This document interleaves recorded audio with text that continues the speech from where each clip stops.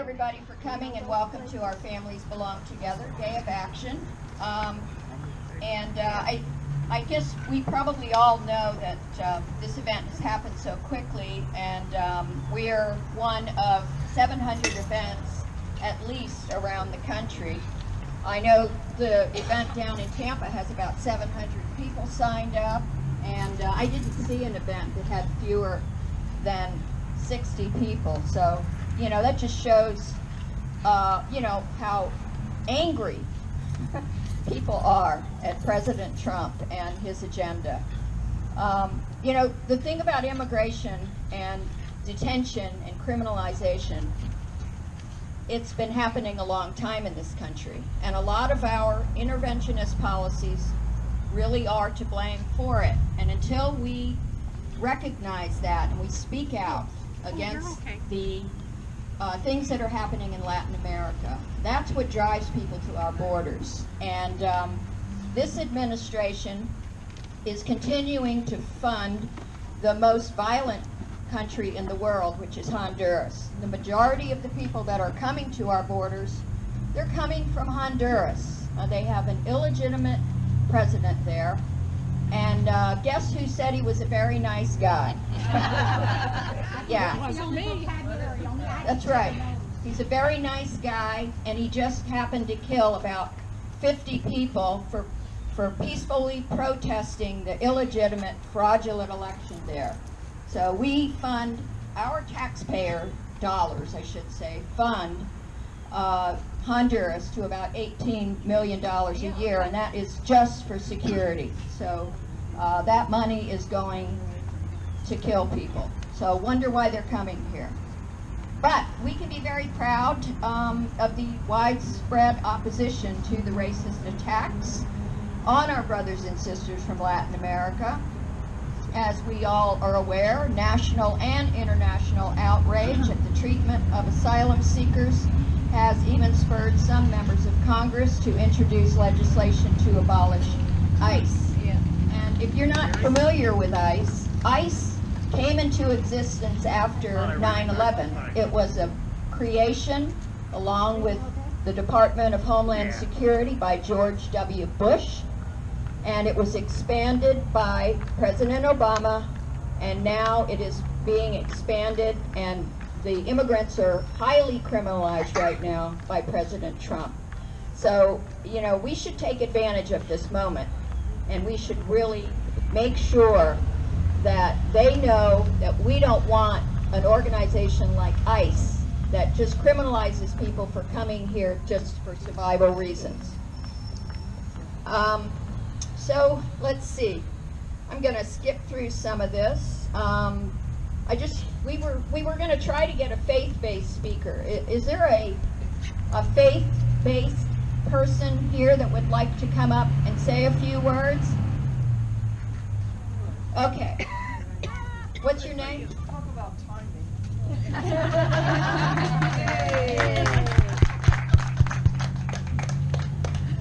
Thank you. You know, I've been so upset, crying, asking my God to please give me a platform. I'm so tired. I am so incredibly tired. And I'm looking out, seeing people who are tired too. And I thank God for you. Wow, what would Jesus do? Not this. Not this, folks. And even if you don't believe in Jesus, you know, there is such a thing as morality, decency. Absolutely. Care for our fellow human beings. How about that? I was once with the Unitarian Universalists, and they taught me a lot about how to reach people of different faiths, and I'm so grateful. So, if you don't mind me talking a little bit. Please. I was a prison chaplain in South Florida and up in Marion County. And what I saw really broke me. 2015, I sat down there with men, criminals, who cares about them? And I sort of walked in thinking, I don't know about this. Because we say, you know what? How about if we just lock them up and throw away the key? And now you're going to say, why is she talking about prison? Because what I came to find out was the American public is being lied to, deceived. Because you know what? Immigration and corrections are closely tied together. Absolutely. It all comes down to the almighty dollar. Because if the state of Florida can get money from the federal government to house people you're afraid of, why are you afraid of them? Because of the media, because of misinformation. And like me, I want to be safe. I want to live a good life. I want my children to be safe. So we lock them up. What you don't know is some of these people came here from other countries. They were traumatized, they were terrorized, and they came here because it was better to risk the trip here and the consequences here than to stay where they were. They were trying to save the lives of their children. And they got here and continuing having to look over your shoulder like a person suffering from domestic violence, okay? Stalkers. And you're scared and you don't know what to do. This is what the immigrants face. Afraid they're gonna be found out. Down in Miami where I have friends, there was a lady working her tail off to take care of her kids. I didn't know her papers weren't right. Beautiful woman. She was my friend. She would often translate. And this thing, Spanish-speaking people don't speak English, lie. They speak English, but sometimes they don't want to because they don't know how they're going to be received, and I don't blame them. But this woman was going to work, and ICE was there. And they started taking people off the bus. And she managed to get away. Came to my friend's house, shaking, crying. I didn't know what was wrong. And suddenly I realized that she was taken off the bus. And this poor woman, though she was a hard worker, got scared, called family in another place, sold and gave away her things, and took off. And I've never seen her again. I don't know if she's okay. Can we move on? It's hot out. I get it, I'm sweating too. But the problem is that the men in the correctional system who are picked up, whose papers are not right, get a detainer put on them. When they get a detainer put on them, they will serve every day of their sentence. And why that matters, you can get irritated with me, but the truth is, why that matters is, where are they going to go? Because when their sentence is up, right before it's up, they get picked up and they get taken to the same detention centers that you're standing here worried about. So people, families, children are in with some of the criminals that are being released. The ones, you don't want to be around. So when they get shipped over to wherever, if they get shipped over, and they're also caught in the system for years as well. And now I'm going to break this all down for you in a way that's really going to hit you. Sometimes people don't care until it hits their wallet. The American taxpayers pay for food, clothing, shelter, training, education for inmates.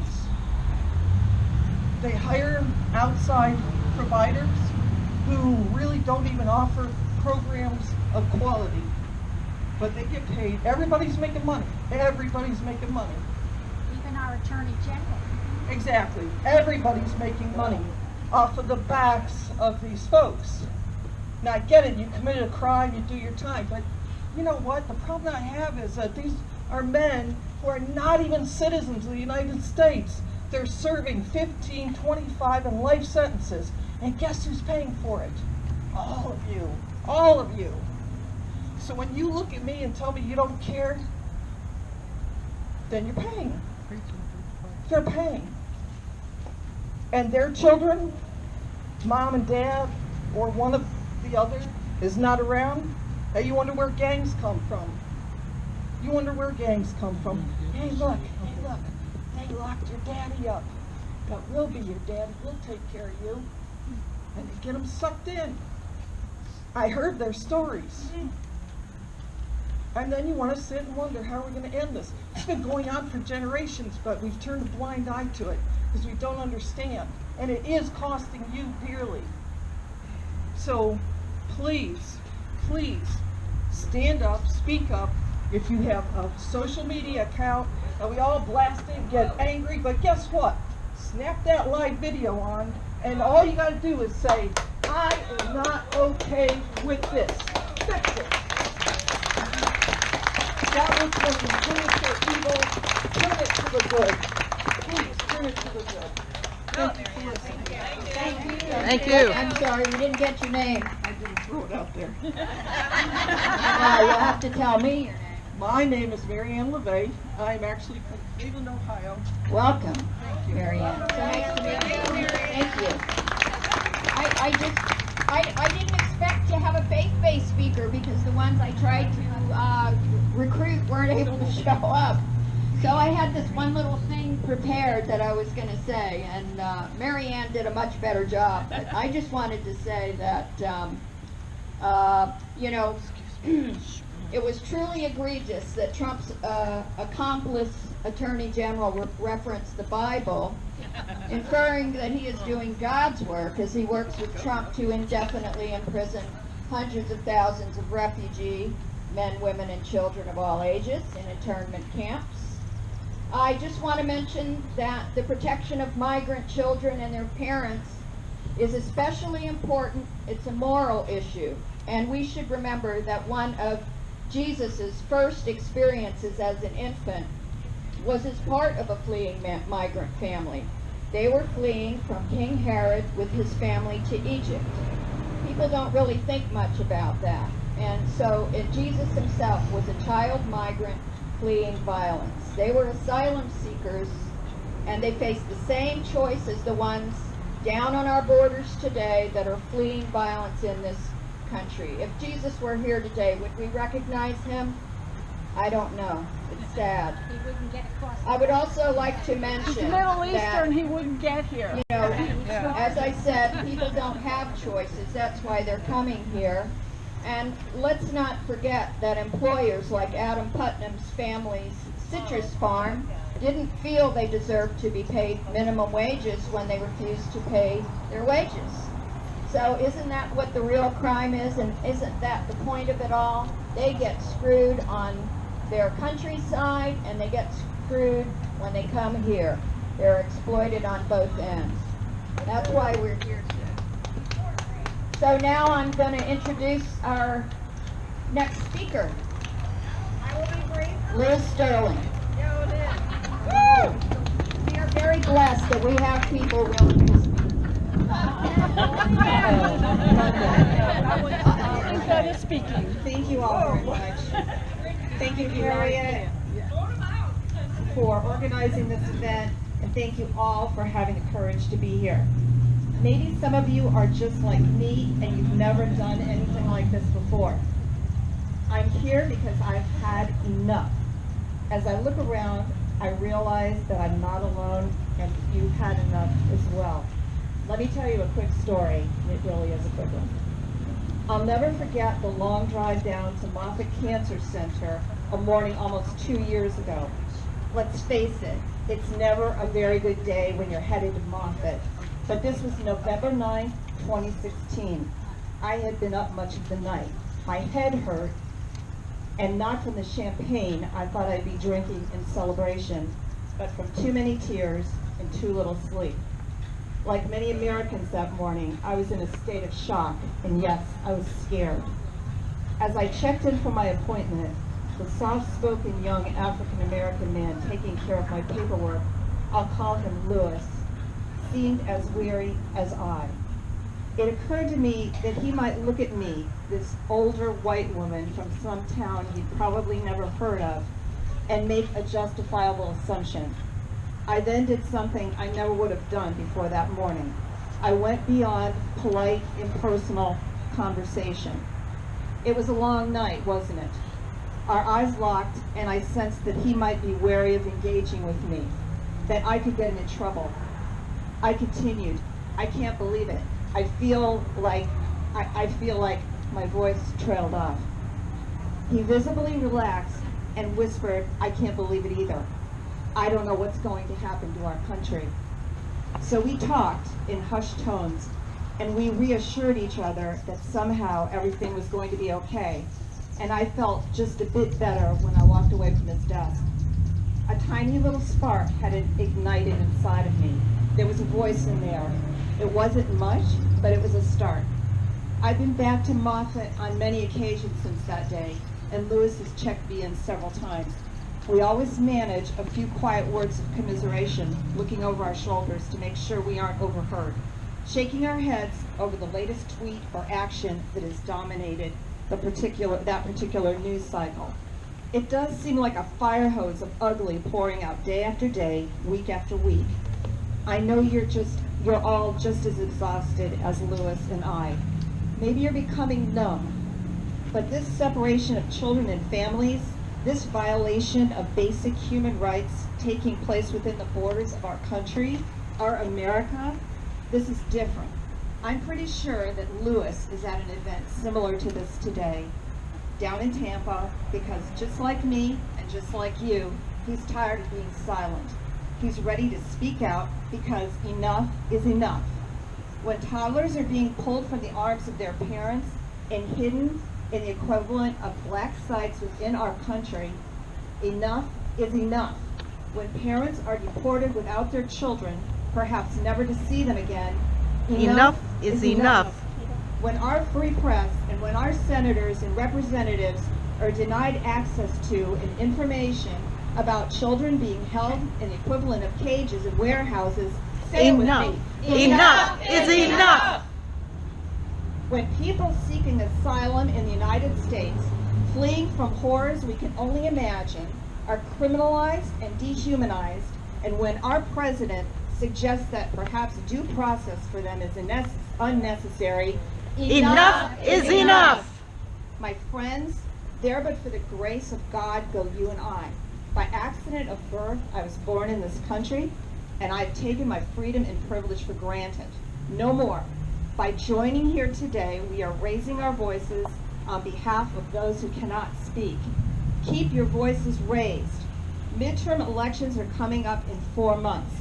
Vote for candidates who will stand up for the America we have always been.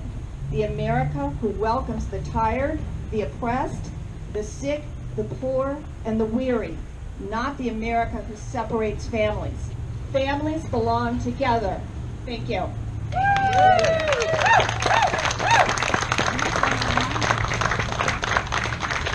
Well, Liz, that was very moving. Will you come to the next one? And now I would like to introduce Caitlin Rivers, our next speaker. Would you like to stay sitting down, or? Okay. I can stand for a minute or two to come on good day. Okay, so my experience has been a little different. I've actually been working in Honduras for about a decade. My background is in healthcare, and every year I see people in Honduras, and it gets worse and worse. I don't think people can recognize what people are experiencing down there. And last year I moved to South Florida, and when I did move to South Florida, it became even worse for me because I did home health, and then I was working with some homeless organizations, and I started treating people, and I would find people who lived in chicken coops. I would find people who lived on the sides of like palm tree places, and those were like addresses. Those were homes. They weren't considered a homeless person. And you know, for me to deal with someone with a health problem in our country, it was painful. And then I would talk to them, but they would not go seek help because they were legal in this country, but they were scared because of the color of their skin, and it happened to be the same color as people who come from Mexico and Honduras, and they were afraid, even legal, when they walked through that door, that they were going to not come back out. So my story goes like this. Pick somebody, pick something, pick a subject, but don't stand around and do nothing. There's always something we can do. And if you're to a point where you can't stand up and walk around, or you don't have the money to do something, you know, make phone calls, write letters. There's something you can do. And if you can do nothing else, help somebody next door do what they can do. But don't become complacent. It's so easy to become complacent, and I've watched my friends over decades become complacent, and that is exactly what got us here. Complacency is evil. We need to stop that, and that's pretty much where this is going to end for me. Thank you, Caitlin. Now we'll hear from Ruby. We're gonna, and then after Ruby, we'll just end it here, and then we can all go out on the street over there, on the sidewalk. That's it. And then we'll hold our signs, and if people want to chant. Wow. Wow. I've done this for a while, so give me some, be kind, give me some love. My name is actually Linda Dirks, but my friends call me Ruby. I'm a veteran. Pick up the mic. Oh, yeah. Okay, after, she's going to speak shortly after you also. Okay. Yeah, Okay. I wasn't sure. My name is Linda Dirks, but my friends actually call me Ruby. I'm a veteran of the U.S. Army, and I used to work for Peter DeFazio, a Democratic congressman from Oregon. Before I moved here, I spent 6 years in a Central American country. Put a little closer. I lived in what is considered one of the safest, most civilized country in Central America, and I'm not going to name it out of courtesy to my friends there. There are many wonderful, beautiful people there, and I love them dearly, but I would never raise a child in Central America. In the country I lived in, there were dangers everywhere. Poverty breeding crime, government corruption causing a sense of powerlessness, which inspires apathy, violence, and addiction. Intentionally poor education systems designed to keep the people down and ignorant. Police corruption, high taxation, keeping poor poor.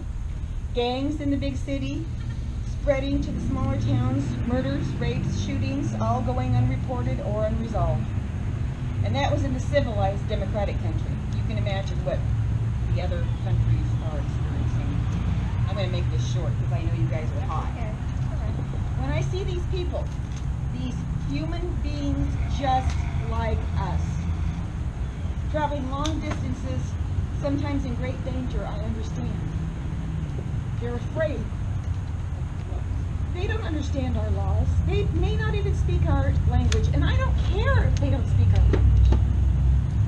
They may not understand what it's like up here. They've been told we're the golden country. They just want to be safe. They want their children to be safe.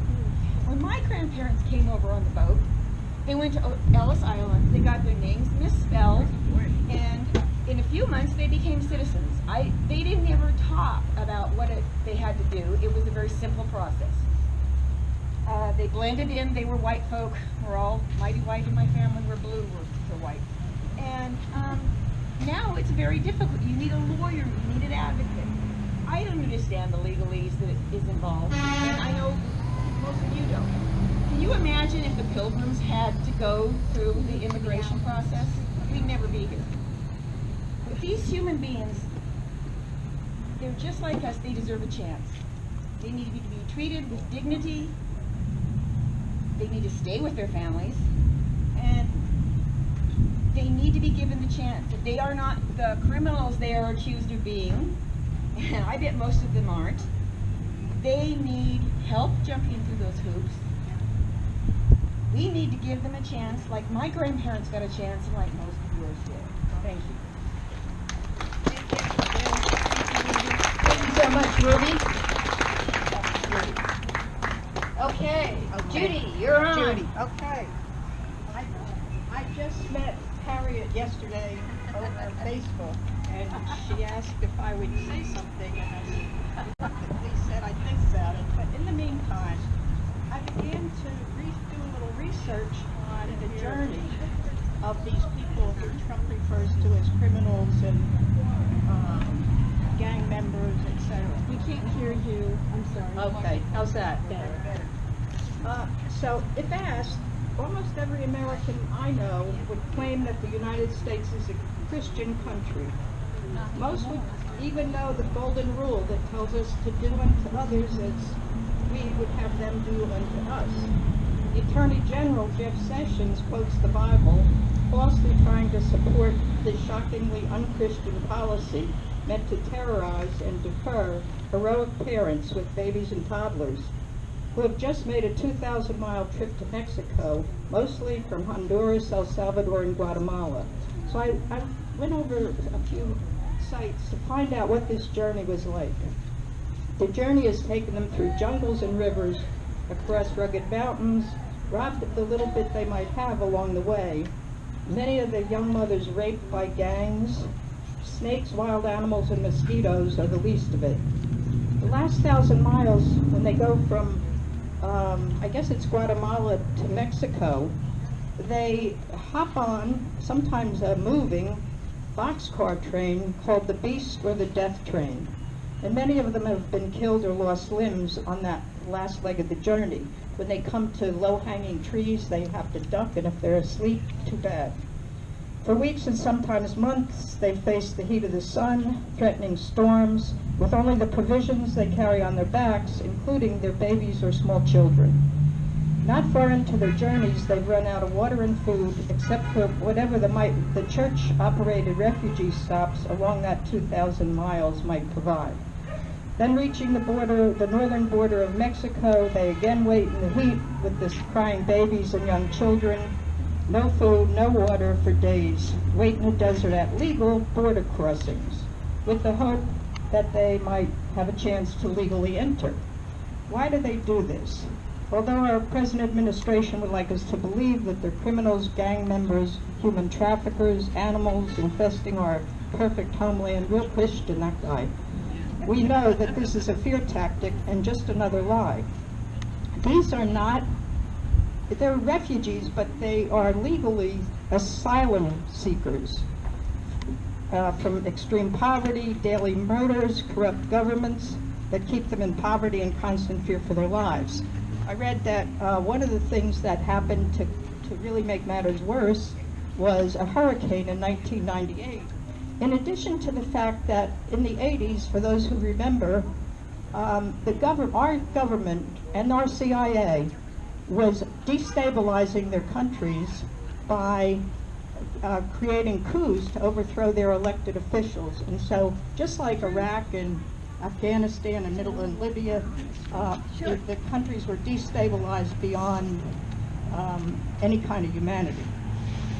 I'm going to make this short, I hope. So then when they get to the place where they think they can get into the country legally, and asylum seekers can either enter the country illegally at border points, or they can enter illegally and then apply for asylum. Either way, it's an international and United States law that they can do that.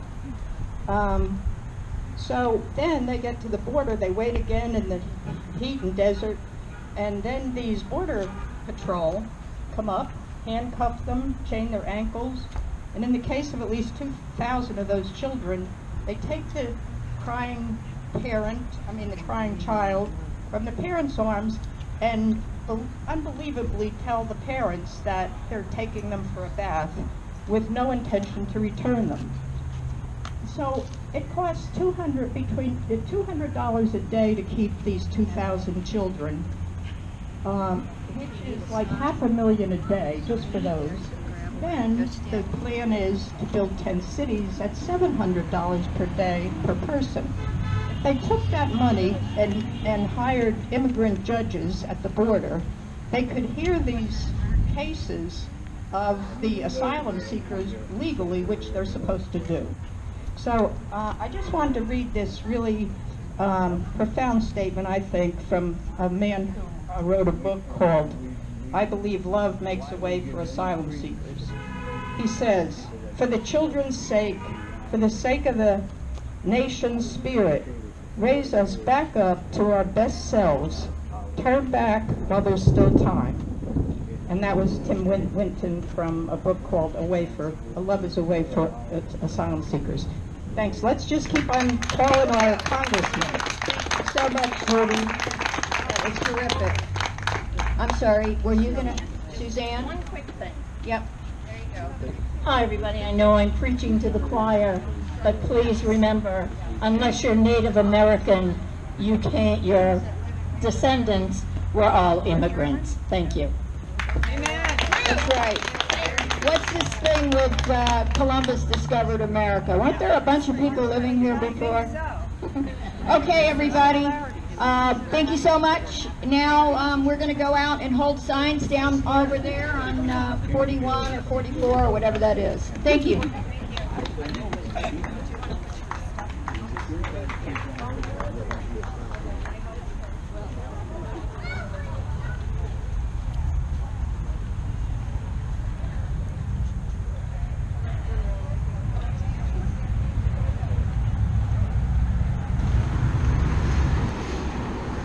Trump's a bad hombre!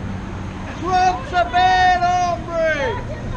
Trump's a bad hombre! Dad is kind. I thought it might be in jail. We might get arrested. I was a little afraid, and I said, "Oh, we're not going crazy." And you know what? Go right ahead. Arrest me. I'll go to jail for issue. It'll be on my Facebook page. And I haven't known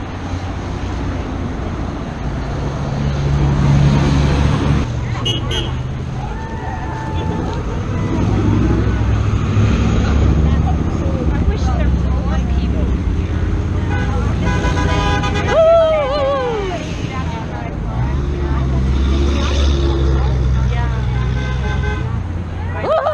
I'm afraid to pursue it. My sister is black. She's from Key West, and I'm not. I'm from Illinois. She's my half sister, I believe. No, she's from I'm like trying to tell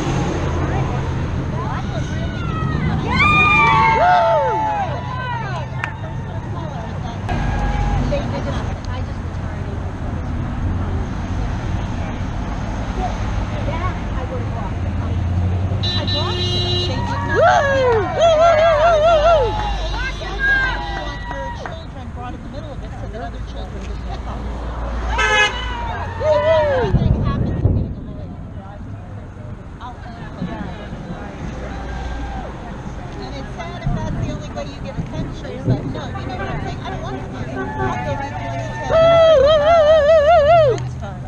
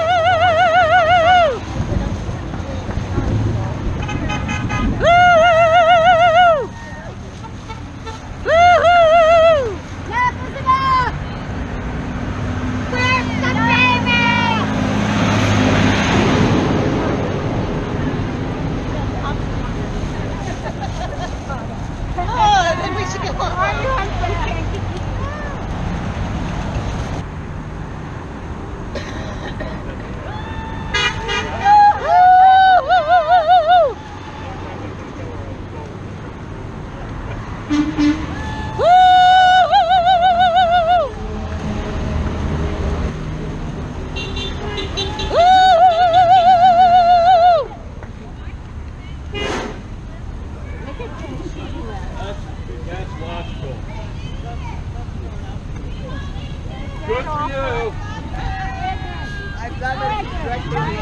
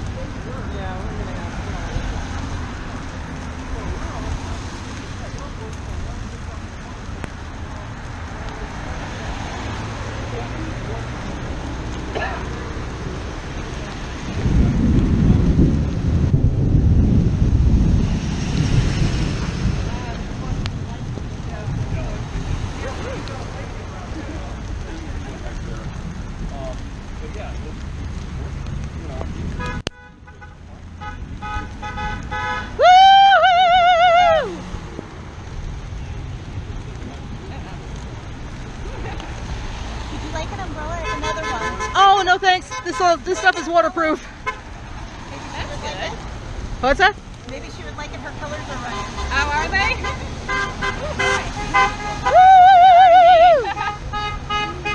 Thank you. You're welcome.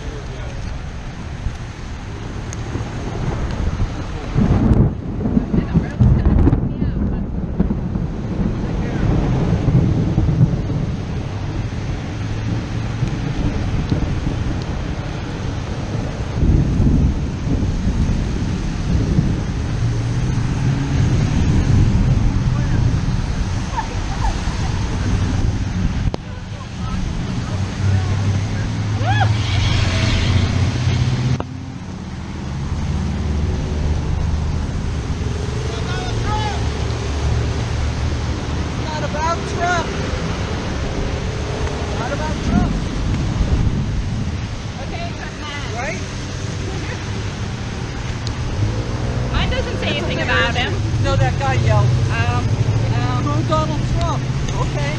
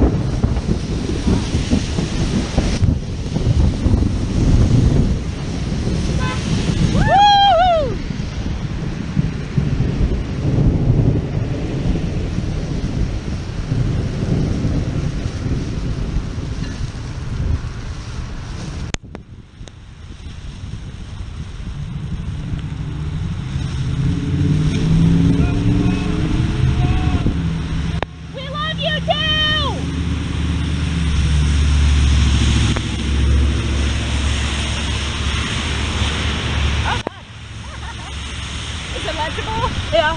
Okay.